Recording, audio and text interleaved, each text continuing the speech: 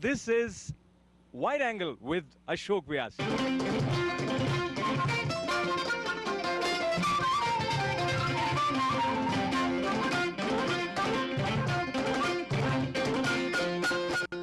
Namaskar, I'm Ashok Vyas, and it's such an honor to be with someone who is with everyone in spirit, spirit of courage, spirit of conviction, spirit of commitment, and commitment to work with everyone and take the world towards a place which is slightly better than what it is. So I started to reach out to them. So I asked them, I said, do you pray? Somebody tried to answer, but the guard started to say, you better be quiet. Then I drew closer to them and I asked them, do you pray? And then they realized I was serious. There must have been many people who found a sense of transformation in their lives because of the new environment which came in their jail confined life. You were interacting with many of them. Any that has stayed with you which you would love to share? Anybody went through this program, deleted a lot of garbage in their head and created a vacuum for better things to come. You got to see a movie called Doing Time, Doing Vipassana. I would urge your listeners, watch this movie. You'll see a wholesale transformative process, which is evidence of this, what you're asking me. So if I say one changed, I remember this, it will not help. If you're looking at holistic answer, then go and see. I would urge your listeners to watch this film, Doing Time, Doing Vipassana. Maybe one day on your television, you could show this as I think it's an amazing film. It will be helpful as an absolute skill set for many, many people. You don't have to be in the prison, because sometimes outside the prison, we are imprisoned within our own selves, Absolutely. Within our own minds.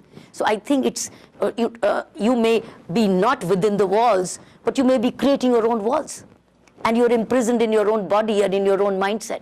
I think everybody needs to be set free. I folded my hands and I found they had closed their eyes and they had folded their hands. And when I opened my eyes, they had actually prayed. And I found peace descending on them. And that was my first communication established. You know, most of your seniors colleagues would like to see you buried 200 feet below. So look at Doing Time, Doing Vipassana, you'll see nobody was a loser going through those programs. Everybody needs to be free. I take that cue and I go with this word freedom with Kiranji's mind when it enters into a police training institute. Again, the posting is not considered very attractive. And probably we see in many of such institutes, lack of enthusiasm is prevalent. But there also the insight, if we call it, if we refer to that as Kiranji's insight, it brought some different color to the life of police personnel who were being trained. Let me just sidetrack a little bit, and in general we have this impression that there's a lot of corruption, and especially police people are corrupt. That is kind of cliched thing. I don't know how far people encounter at different places, but that's the way it is. So when you are addressing these people who are going to be working with society tomorrow, then was this also your concern that they should have some values, some sort of a sense of character, so that they don't end up hurting those whom they're going to be serving? Absolutely. It's a very good question. I remember when I took over as Joint Commissioner and then Special Commissioner Training in Delhi Police. In my first meeting, there was all my inspectors and DSPs who were all trainers and teachers in the police training. I asked them, how do you feel being here? Be honest, how do you feel being here? And one of them said, Madam, now when anybody asks us, where are you posted? And we are shaking hands to say, where are you posted? And moment I say, I'm in police training college, the hand limps like that. But no, they're not shaking hands. The hand limps, suddenly the strength of the hand goes. And I said, why? They said, sir, madam, in our society, being appointed as a police instructor has very little value than being station house officer of a Connaught Place police station. Absolutely. Or left of a Chandni Chowk. I can make people buy sarees, I can have so much or more money, I have such good trader contacts. But in police training, what do I have? And the hand limbs, I remember. He said, sir, this is what, you see, this was good enough. Now the hand limbs. It set me thinking that more than the prisoner's freedom, our police officers needed more. So what I tried inside the walls, I have to try something outside the walls. These people are imprisoned in their own uniform. Their uniform is imprisoning them. I've got to set them free. So I restyled, remodeled the entire Delhi police training. Earlier, they were only running every day, running for hours till they fall. Because we thought stamina alone works. Right? Or firing, it's only firing, or running, or understanding a bit of law, that's enough. I said, no, that's not enough. Unless your heart changes, unless your heart is sensitive. Just being strong in your legs and being broad-shouldered and you know how to fight. You must know the meaning of this fight. You must know the meaning of your stamina. The meaning of the stamina is to help people, save lives, protect lives, and be honest. So I brought Vipassana meditation even in the police. And I did not say, do this. I said, do you want your hand to come back like this? They said, yes. I said, come, I'll hold your hand and I'll show you the technique.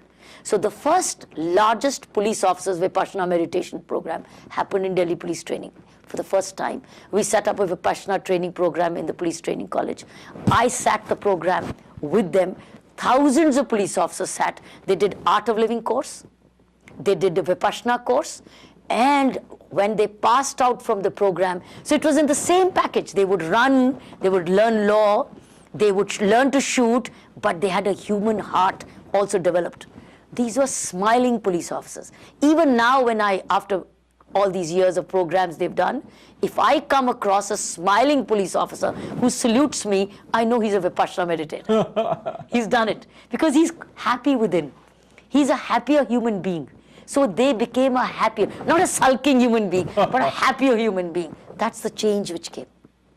But unfortunately, we didn't continue with that program because my successors didn't believe in this program. The first thing that my successor did was finish the program, took it away, saying, we don't need Vipassana. Why? Because a Vipassana, a meditating police officer will question a wrong order. He'll question, saying, you asking me to break the law, sir, how can I do it? It'll hurt another, it's unjust. Whereas in the prisons, no successor broke the program. The program in Vipassana meditation in the prisons remains for the last 20 years plus. But in Delhi police, it broke soon after I left. This is the difference, because the successors did not want a police officer to be questioning a senior's order. They wanted a blind obedience to orders, negative or positive. And do you know what they did? Close the Vipassana meditation program and increase the hours of running. So they went back to that mechanical training of stamina building only. So, but all I can say is you need a balance. You need moral policing, you need ethical values, value training with skills training. You need both. After all, it's the human mind which is to use the skill. And if the mind is not trained, it will abuse the skills, which includes being corrupt. If the mind is not trained, it will abuse the skills, and that's what many of us are doing in our respective fields in different ways. And these kind of words which we have found coming to us from the chapters of call that moral science appear dry if you don't have anybody who has practiced them telling them about you. So through Kiranji, when you hear these things which are related to right living and rightful understanding of the life and your relationship with your surroundings, then they make us feel good. It's like music to our ears. And making such, call them ideal ways of leading your life appear so full of joy is simply remarkable. But when I say these words, I also know that here is a human being sitting with me. And Kiranji, many of us also have this thing which we refer to as ego. So when you have so many achievements happening to you and good things happening, credit coming to you, was there any sort of ego that was creeping in and sort of taking away your focus somewhere? Be honest. Ego for what? For whatever you've done or what? I haven't done it alone. Nothing happens alone. Even this current screenings of Yes, Madam Sir, I'm only one of a large family support which is happening. So what is this ego about? I think it's only about gratitude. It's a group of G30, men and women, wonderful friends of mine, who are putting together. It's a great group of 30 men and women, personal friends, who giving me the whole week. They've given me their weeks out of love for me, for love for the cause, to screen the movie Yes, Madam Sir. What is this ego about? I think nothing but gratitude. So whoever gives you an opportunity to share, it's all gratitude. So with gratitude, let me now switch gears and talk about her present arrival to America. And we'll go back and talk about her experience with the United Nations. But there's an Australian director, and she has been with Kiranji for about 6 years, and this wonderful awarded documentary, which is like a wonderful drama called Yes, Madam Sir, which has been screened at various places. And it's a biopic. It's a biopic, actually. It's a biopic. It's a biopic of about 95 minutes. This is Wide Angle with Ashok Vyas. Before we talk about the movie, let's talk a little bit about the director, Megan Donovan. She heard about Kiranji while she was 12 or 13 from her mother. And then she wrote to her, found her email. So here is this Australian filmmaker. She's not even yet an established filmmaker. She writes to you, and she was also apprehensive whether you're going to allow her to do, because there were people after you who wanted to make documentary on you for 15 years. Now, what was it that led you to decide to let this new filmmaker make a documentary on you? I think it was her commitment and her determination. She flew in all the way from Sydney at her own cost, simply just carrying her camera and a small bag, and landed up at my house to say, I thought she came to interview me, but I realized she's come here to make a documentary. So from a documentary, it made a biopic, but the kind of determination she came with. Do you know the story? When she came and met me in Delhi, her camera was with her, her bag was lost. She had lost even her passport. Somebody had stolen it. And I offered her a cup of tea. She and her mother came, and she came home and we offered her a cup of tea. After the tea was over, she says, can you help us? I'd like to go to the Australian embassy. I said, for what? She says, we've lost our bag. I said, you mean you could be so comfortably sitting here having tea and everything? Didn't this panic you? She says, that's fine. I said, what a woman. And she was in her early 30s. Not panicking at all, lost all her money and everything. And she tells me after the tea saying, can you help me a bit reach the embassy? I said, this is the woman who will be making my film. I asked her no more questions after that. I said, you have an absolute carte blanche. Go ahead and do whatever you want to do and report my life as it unfolds for you. And that's how Megan made this film. She was young. She was already also working as editor with The Lord of the Rings at that time. So she was a very talented film producer and a director. So she, her mother with her friends then made it. It is this beginning where she lost everything, she didn't panic, and was so simple. And after that, when her mother went away, I told her, instead of spending money in the hotels, can I offer you my home space, whatever I have, if you're willing to share, because I want you to feel secure. Because if I would leave her alone, she would be, many boys would follow her, because she has lovely golden hair, and people would just follow her and tease her. So I said, Megan, you don't have to. Whenever you come, you're my guest. But you shoot the way you want. You will not do. She says, but my condition, I will not do what you want me to do. I said, you will. You are free to do what you want. Please feel free, because you're not making a film according to me. You're making a film as you see it artistically. That's what I like. The sense of independence I like about you, but I want you to be secure. I'm not asking you to stay here to do it for me, with me, the way I want it. I want you only for security reason. And I think it just worked out. It was a very honest, professional understanding, a sense of freedom between the two. She also told me, you can stop me whenever you want. I said, I have no problem as long as you don't follow me to the bathroom. So that's it. I think that was the line we only drew. So I take a cue, and from a little bit of glimpse of the film that I saw, I take a small scene, and that also tells you how much freedom was given to her, probably. So here Kiranji is sitting with Bridji. Bridji is your husband's name? My husband. Yeah, and so the conversation is something like that, wherein she asks him, what have I done? And he says, what have you not done?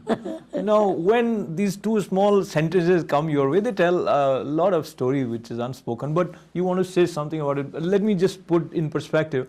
So we see that there is a achiever, there is an achiever, successful women serving, and then you see that there is something that probably didn't stay the way one normally sees in normal life, where you have enough of time for your family members, etc.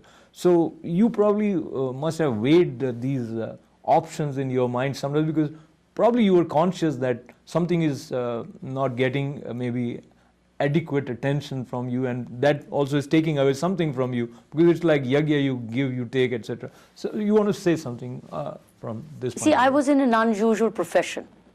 There had to be everything unusual around.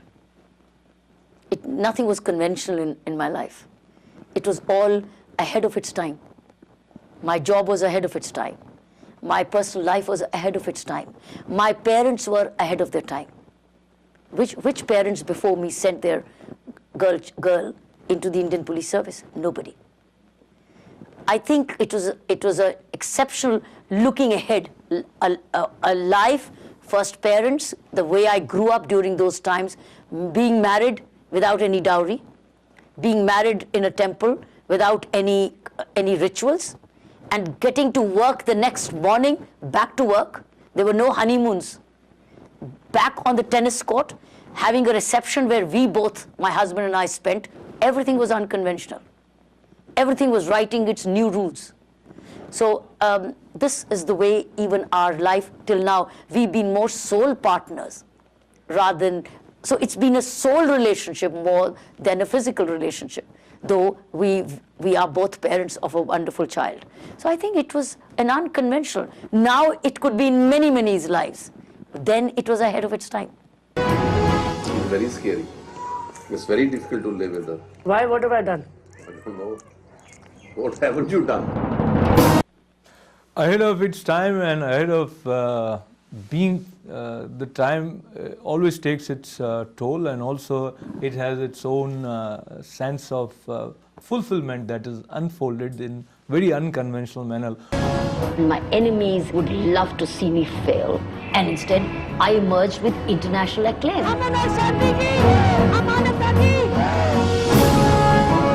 Work has been my priority, and my family just got as much as I thought they needed. All these brave young men noticed there was a braver girl.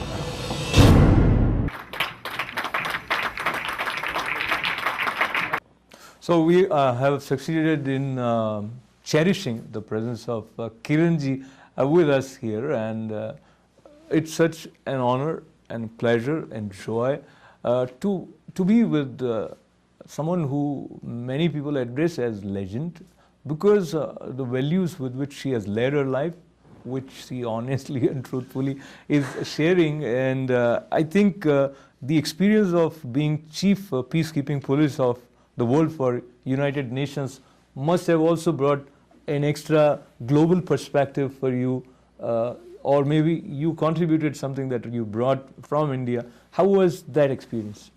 I think that's a great privilege, to be appointed as the chief police advisor. I've never called myself the chief, but Pam Quattro wants me to call it. I was in the heading the peacekeeping. So I don't say head. I would say I was heading the peacekeeping missions, advising Mr. Kofi Annan on peacekeeping operations. And I was into 16 countries around the world: Africa, Asia, and Europe, Kosovo, East Timor, Congo, Liberia, Somalia, Sierra Leone, Ivory Coast, Cyprus. So most of these where we had peacekeeping missions. I was advising the Secretary General on peacekeeping operations, traveling to these war-torn countries, failed states, to revive policing. We were part of the appointments, training, law-making, putting the system in place, and then that's how you have an East Timor. You've got Liberia today in order. You've got Ivory Coast recovered to some extent. Congo still into peacekeeping operation. Sudan was my mission before I left. So it was a great, where I gave my my own experience. But I can tell you, as an Indian, when I traveled to these countries, I felt a very privileged Indian. An Indian who had an independent practicing democracy, independent judiciary, election commission, Comptroller and Auditor General, and systems in place. I think, well, of course, more to achieve, but I think I felt very happy as an Indian. But I could give a lot, but it was a selection, international selection on merits, which was it was a rare destiny. So listening to her, the words that come from Kiranji tells us that there is so much that has been a part of her life, her experience, her contribution, and you need to be really inquisitive and do some research on your own to find out more about what she has contributed and what is it that is in the pipeline that is coming for the community, for the society. And before I let you go, Kiranji, Bharat के बारे में जब बात करें और हिंदी भाषा के बारे में हिंदी में आपसे कुछ ना सुने तो ऐसा लगता है कुछ अधूरा रह जाएगा. भारतीय संस्कृति को लेते हुए कौन सी ऐसी बातें हैं जो आपको लगता है कि पूरे संसार में उनके पहुंचने से विश्व शांति के लिए सहायता अधिक होगी? मतलब इंडियन वैल्यूज में भारतीय संस्कृति की कौन सी ऐसी बात आपको लगता है, क्योंकि इतनी सारी तरह तरह की समस्याएं पूरे संसार में फैली हुई, अशांति इत्यादि है, तो दूसरों का भला सोचो, स्वार्थी अपने आप को कम करो. अगर निस्वार्थ वो निष्काम, जो गीता का प्रवचन, निष्काम, निस्वार्थ, अगर दूसरों का जब भला सोचो तो सबसे पहले तो अपना भला होता है. लेकिन जब सिर्फ अपना भला सोचो तो फिर आप दूसरों से की जेब काटोगे. लेकिन जब दूसरों का भला सोचोगे तो जेब आपकी खाली होने नहीं वाली, दूसरा आपके लिए डालेगा, क्योंकि आप दूसरे के लिए सोच रहे हैं, दूसरा आपके लिए सोच रहा है. ये असली भारतीय संस्कृति है. त्याग, ये बिना त्याग के नहीं आ सकता. निष्काम सेवा, तो मैं समझती हूँ ये हमारी संस्कृति से जुड़ी है. इससे शांति ही होती है. आप मारते नहीं एक दूसरे के, भले दूसरे का भला सोचते हैं. तो एक दूसरे का भला सोचें और हम सबका भला सोचने के साथ साथ किरण जी का स्वास्थ्य अच्छा रहे और वो जिस तरह के सकारात्मक चिंतन को लेकर चल रही हैं वो और आगे बढ़ें. कुछ पंक्तियां मैं किरण जी के नाम ITV के स्टूडियो से प्रस्तुत करना चाहता हूं, हिंदी में, आप स्वीकार करें. शीर्षक कविता का है मंगल किरण. कैसे करूं सत्कार, क्या पर्याप्त है भाव सुमन हार, पहुंचाऊं कैसे आत्मीयता का सार, उस तक जो है श्रद्धा का भंडार. उस तक पहुंचा रहा आदरयुक्त अभिनंदन, जिसके साथ सतत सकारात्मक चिंतन, चुनौतियां और उपलब्धियों के पार, जागृत जिसके विवेक की तलवार, उसके आत्मानुशासन को वंदन, उसके भारत प्रेम का अभिनंदन. क्या दूं उपहार, आभार, प्यार या नमस्कार, जो संगम सेवा और शक्ति का, उसके पावन समर्पण का सत्कार.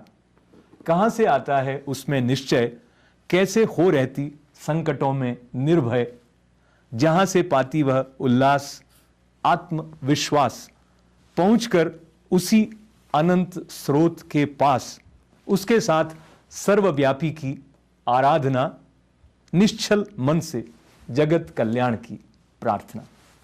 ये किसके बारे बोले? किरण बेदी जी को समर्पित. मुझे नहीं मालूम.